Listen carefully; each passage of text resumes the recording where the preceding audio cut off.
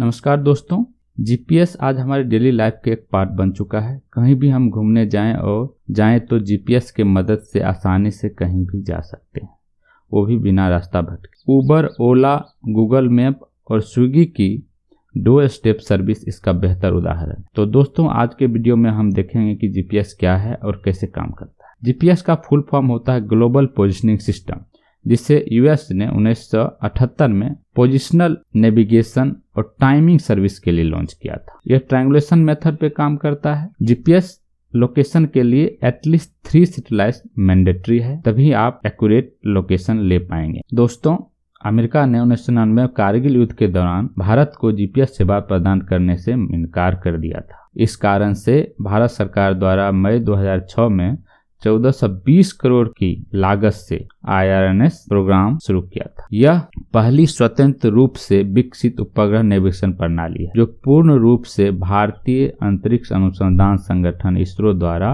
नियोजित और स्थापित और नियंत्रित है। 7 उपग्रहों के साथ 7 सैटेलाइट के साथ IRNS, जिसको बाद में नाम बदलकर नाभिक रख दिया गया था, नाभिक भारत और इसके आसपास के क्षेत्र को भारत की सीमा से 1500 किलोमीटर तक कवर करता है, अपना सर्विस प्रदान करता है। इसे अमेरिकन जीपीएस प्रणाली की तुलना में अधिक सटीक माना जाता है, जो अमेरिका के लिए एक बड़ा जवाब है, जिसने हमें कारगिल युद्ध के दौरान अपना सर्विस देने से इनकार कर दिया। तभी हम लोगों ने इस कार्यक्रम का शुरुआत किया कि हमारा खुद का नेविगेशन सैटेलाइट सिस्टम हो, हमें किसी पे निर्भर होने की जरूरत ना पड़े। जो IRNS इसका फुल फॉर्म है Indian regional navigation satellite system. इसे हमारे आदरणीय प्रधानमंत्री श्री नरेंद्र मोदी जी ने 2016 में नाभिक नाम कर दिया था, हमारे नाभिक के सम्मान। ये सारी व्यवस्था, हमारी ये जीपीएस सिस्टम नाविक नाम से जानी जाएगी।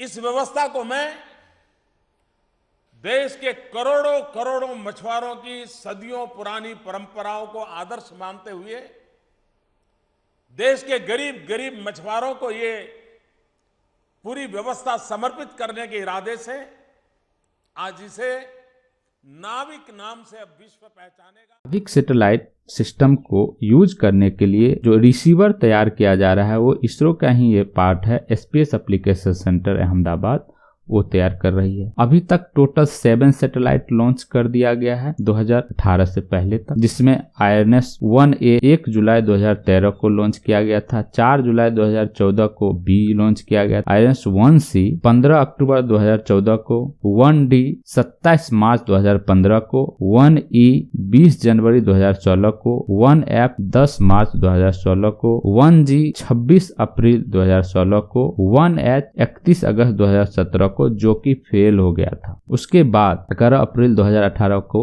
एक एडिशनल 1I सैटेलाइट लॉन्च किया गया था, जिसमें 4 जियोसिंक्रोनस सैटेलाइट है, 3 जियो स्टेशनरी सैटेलाइट है और 1 एडिशनल सैटेलाइट जियोसिंक्रोनस में 2018 में लॉन्च किया गया था। तो अब टोटल जियोसिंक्रोनस सैटेलाइट 5 हो गया और 3 जियो स्टेशनरी सैटेलाइट हो गया।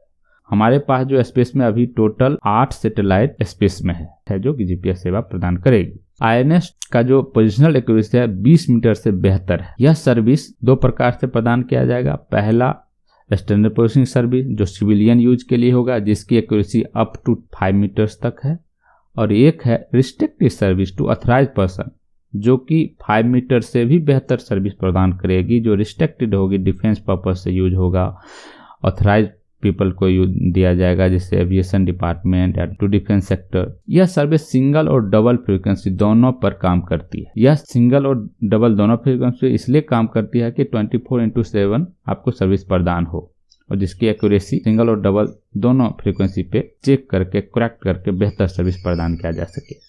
इसका 2 बैंड है, L5 जिसका फ्रीक्वेंसी 1176 मेगाहर्ट्ज है, और S बैंड जिसका 2492 मेगाहर्ट्ज है।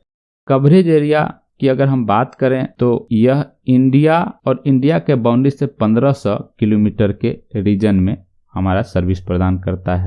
अगर हम नॉर्थ की बात करें, नॉर्थ में चाइना, अफगानिस्तान, ये सारा कवरेज होगा, म्यांमार कवरेज होगा, पाकिस्तान होगा, इवन ईरान तक का कवरेज होगा, और इधर जो साउथ की देखें तो जो हमारा इंडियन ओशन है उसका फुल कवरेज होगा। भारत की सैटेलाइट बेस्ड नेविगेशन सिस्टम नाभिक अपने सेवा क्षेत्र में पोजिशनल एक्यूरेसी और के उपलब्धता के मामले में संयुक्त राज्य अमेरिका के जीपीएस से अच्छी है। वो इसलिए क्योंकि नेविगेशन सैटेलाइट को यूनाइटेड नेशन के जीपीएस की तुलना में उच्च कक्षा में हाई अल्टीट्यूड में रखा गया है। नाभिक सैटेलाइट को लगभग 36,000 किलोमीटर की ऊंचाई के साथ जियो स्टेशनरी ऑर्बिट और जियो सर्कम्फरेंस में रखा गया है, जबकि जीपीएस सैटेलाइट जो अमेरिका का है को मीडियम अर्थ ऑर्बिट में लगभग 20,000 किलोमीटर की ऊंचाई पर स्थापित किया गया है। तो दोस्तों, इस सर्विस को उपलब्ध कराने के लिए क्वालकॉम टेक्नोलॉजी जो एक कंपनी है के द्वारा नाभिक को सपोर्ट करने वाली मोबाइल चिपसेट तैयार किया जा रहा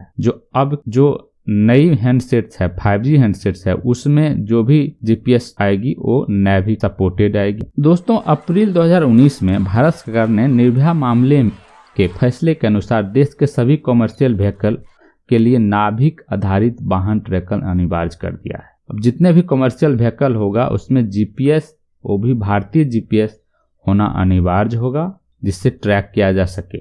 अब हम देखते हैं कि ये काम कैसे करता है। तो दोस्तों, इसका मुख्यतः 3 सेगमेंट होता है। स्पेस सेगमेंट होता है, ग्राउंड सेगमेंट होता है, यूजर सेगमेंट होता है। स्पेस सेगमेंट में सैटेलाइट्स होते हैं, ग्राउंड सेगमेंट में सैटेलाइट्स से रिलेटेड मेंटेनेंस, उसके सिग्नल करेक्शन, सिग्नल का मॉनिटरिंग, कॉन्स्टलेशन का जो सैटेलाइट है उसका status monitoring and navigation data को अपलोडिंग के लिए। अगर यूजर सेगमेंट की बात करें तो यह सिंगल और डबल फ्रीक्वेंसी दोनों पे सर्विस प्रदान करती है। यूजर सेगमेंट सिर्फ उसके सर्विस यूज करने के लिए होता है। अब हम देखते हैं कि ये जो सर्विसेज है इसकी एक्यूरेसी क्या है।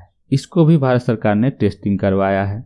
तो इसका कवरेज भारत से 1500 किलोमीटर पे फुल कवरेज है, मतलब 7 सैटेलाइट्स 24/7 उपलब्ध हुआ करता है।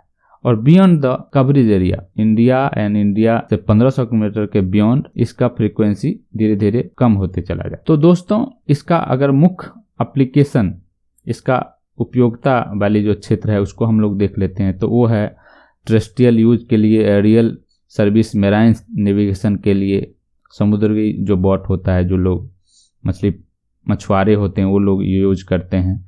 डिजास्टर मैनेजमेंट में हम लोग कर सकते हैं। व्हीकल ट्रैकिंग के लिए जो कॉमन है उसमें तो यूज हम लोग करते ही हैं, मोबाइल में भी अब आने वाले हैं। टाइम प्रिसाइजिंग के लिए यूज करते हैं हम लोग, और इसका मैपिंग और जियोटिक डाटा के लिए भी करते हैं। जैसे कि बहुत सारे लोग जो अर्बन प्लानिंग डिपार्टमेंट है, एग्रीकल्चर सेक्टर है, वहाँ मैपिंग के लिए भी इसको हम यूज कर सकते हैं। टेरेस्ट्रियल नेविगेशन के लिए भी कर सकते हैं, जैसे हाइकर्स और ट्रेवलर्स यूज करते हैं। विजुअल और वॉइस नेविगेशन फॉर ड्राइवर्स, जो विजुअल और वॉइस नेविगेशन के लिए भी नाभिक का यूज कर सकते हैं। जैसे कि अभी टेस्ला का कार है जिसमें ड्राइवर्स नहीं होगा, वो जीपीएस बेस्ड ड्राइविंग होगा जिसमें हमारा नाभिक का यूज किया जाएगा। एम्बुलेंस ट्रैकिंग के लिए यूज करेंगे कि नियर बाय में कहाँ पे एम्बुलेंस है और जो इंसिडेंट हुआ दोनों को ट्रैक करके फास्ट सर्विस प्रदान करने के लिए नाभिक का यूज किया जाएगा। इंडिया के नाभिक सिस्टम के अलावा और किन किन देश के पास अपना जीपीएस सिस्टम है? तो अमेरिका के पास जीपीएस सिस्टम है, रसिया के पास ग्लोनास नाम से है, यूरोपियन एजेंसी के पास गैलीलियो नाम से है, और चाइना के पास बैदू नेविगेशन सैटेलाइट के नाम से है, जापान के पास QZSS के नाम से है, और इंडिया के पास जैसा कि हम लोग को पता ही है IRNS है, जिसको बाद में नाम बदल कर नाभिक रख दिया, नाभिक है।